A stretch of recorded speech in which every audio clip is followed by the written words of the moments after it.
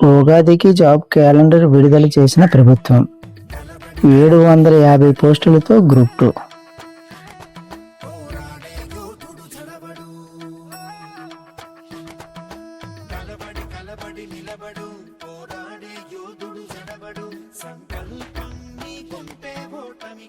నా పేరు శివకుమార్. గత 8 సంవత్సరాలుగా ఒకే ఒక కళ కోసం పరిగెడుతున్నాను. అదే గ్రూప్ 2 ఉద్యోగం. ప్రతిసారి చివరి మెట్టు వరకు చేరుతాను, కానీ చివరి క్షణంలోనే ఓడిపోతాను. ఇది నా కథ కాదు, గ్రూప్ 2 కోసం ప్రిపేర్ అయ్యే ప్రతి అభ్యర్థి కథ.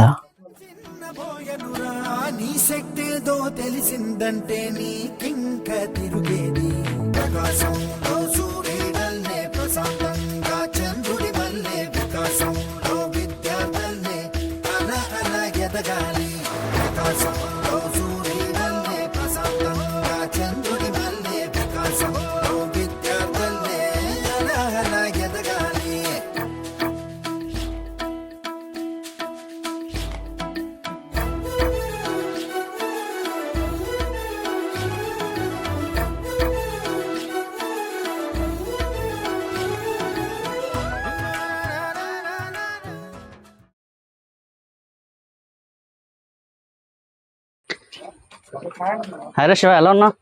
బాగున్నాను ప్రసన్న. మేమంతా హైదరాబాద్లో బాగా సెట్ అయ్యాం రా. ఒకప్పుడు నువ్వు మా స్కూల్ టాపర్ రా. ఇప్పటికీ నువ్వు ఇలాగా నిరుద్యోగం ఉంటే మాకే ఏదో బాధగా ఉంది. ఇంకెన్నాళ్ళు ఈ పుస్తకాలు చదువుతావు శివ. మాతో పాటు హైదరాబాద్ వచ్చి నీ వయసు ఎక్కువైనా నేను మేనేజ్ చేస్తాను. ప్రసన్న, బాబాయ్ బాగున్నావా? బాగున్నాను బాబాయ్. చూడరా, నీ ఫ్రెండ్ని నీతోనే చదువుకున్నాడు కదరా, నువ్వు మాత్రము ఇంకా అలాగా చదువుతున్నాడు. ఇప్పుడు వీడు 5 లక్షలు సంపాదిస్తున్నాడు రా. నువ్వు మాత్రము ఆ పిచ్చి పుస్తకాలు పట్టుకొని ఇంకా చదువుతున్నాను. ఎప్పుడు మారుతారా నువ్వు? ప్రసన్న, ఇన్నాళ్ళు ఈ పుస్తకాలే నమ్ముకున్నాను రా. ఈ పుస్తకాలు చదవడం తప్ప నాకు ఇంకేం చేత కాదురా. ప్రసన్న, జీవితంలో ఒక్కసారి ట్రై చేస్తాను రా. ఇప్పటికీ అవ్వకపోతే నీ దగ్గరికి వచ్చేస్తాను రా. డబ్బులు సంపాదించడానికి చాలా మార్గాలు ఉన్నాయి రా, కానీ గౌరవం సంపాదించడానికి ఇది ఒక్క మార్గమే అనిపిస్తుంది Prasanna. Okay Shiva, all the best. Thank you Prasanna.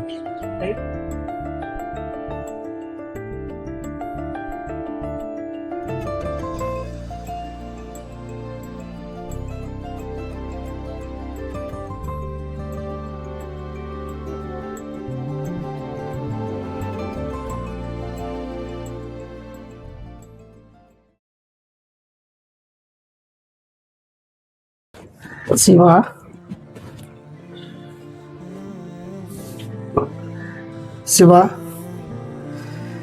స్కూల్లో నేల చేసి నేను చదివించాను.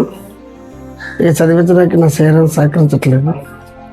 కాబట్టి ఇల్లు నిలబడాలి, ఇల్లు సాగాలంటే నువ్వు ఏదైనా ఉద్యోగం చేసి 4 రూపాయలు ఇంటికి పంపిస్తే ఈ ముసలి ప్రాణం సాగుద్ది. వ్యవసాయమా కలిసి రావట్లేదు, మదుపులు ఎక్కువైపోతున్నాయి. మదుపులకి గింజలు అమ్మేస్తున్నాం. ఇంట్లో గింజలు లేవు, చేతిలో డబ్బులు లేవు, కనీసం మందులు కొనుక్కుందామన్నా డబ్బులు లేవు.